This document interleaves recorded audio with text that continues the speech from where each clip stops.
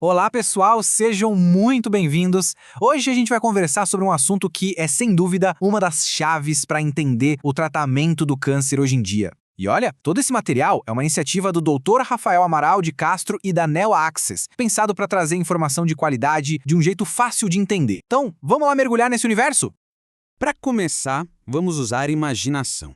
Pensa em cada célula do nosso corpo como se fosse uma orquestra. Sabe, com todos os instrumentos tocando em perfeita harmonia. Agora, e se de repente um dos músicos decidisse tocar a mesma nota sem parar, bem alto e totalmente fora de ritmo? Pois é, essa bagunça toda é mais ou menos o que acontece quando o câncer se instala.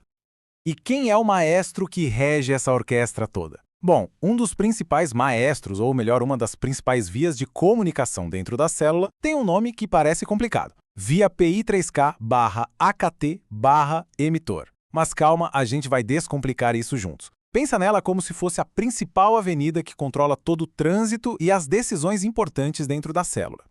Basicamente, essa via é o centro de comando. É ela que dá as ordens mais cruciais para a vida da célula.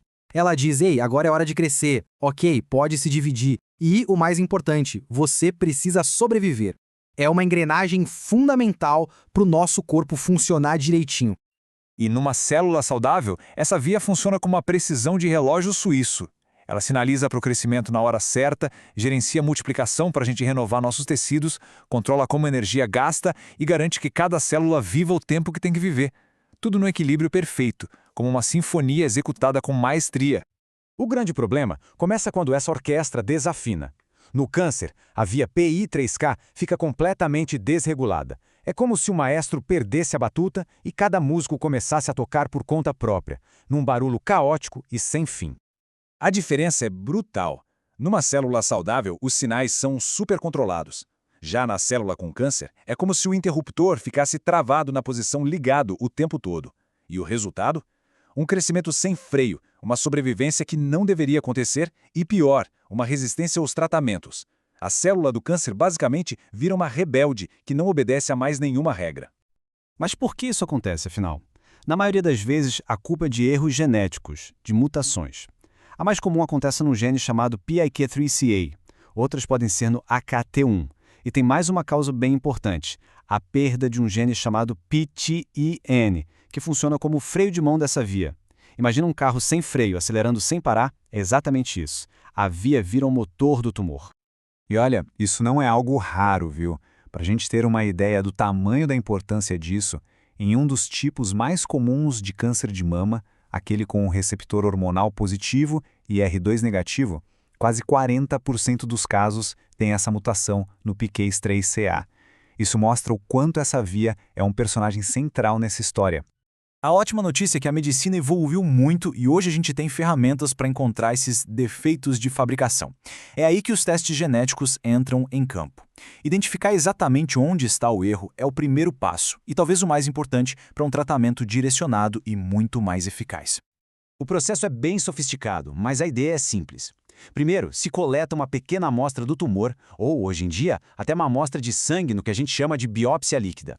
Depois, tecnologias super avançadas, como o NGS, fazem uma leitura completa do manual de instruções da célula. E assim, a gente consegue achar a mutação específica, como a do PIK3CA, e isso nos dá o mapa para escolher o melhor tratamento.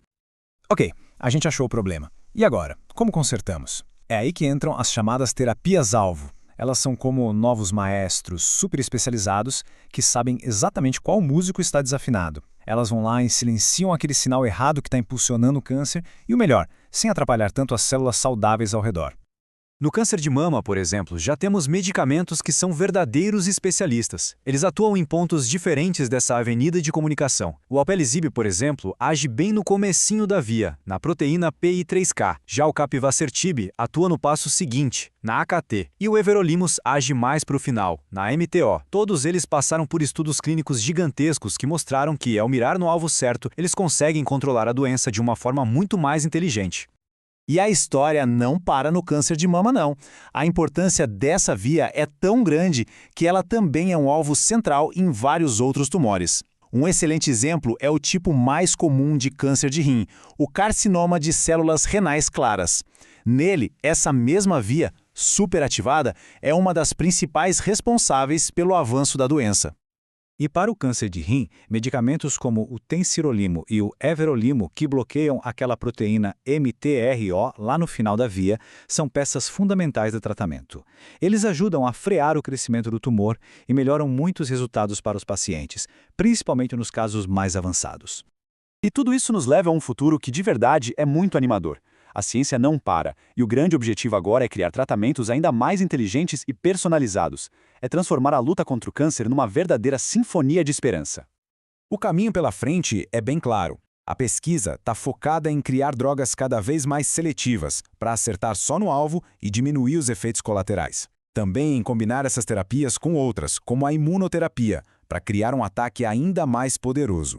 E, claro, em entender como o câncer cria resistência, para a gente poder bloquear suas rotas de fuga. No fim, o objetivo é um só: medicina cada vez mais personalizada. Então, fica muito claro que estudar essa via não é só uma questão acadêmica. É, na prática, uma fonte de inovação e esperança que está, de fato, mudando o jeito como a gente trata o câncer hoje e, mais ainda, como vamos tratar no futuro. O que a gente leva de tudo isso? A meta é muito clara: pegar aquele barulho caótico do câncer e transformar de volta numa sinfonia de vida. E a medicina personalizada não é só um termo bonito. Ela é a ferramenta, a batuta do maestro que vai nos permitir reger essa sinfonia com uma precisão cada vez maior.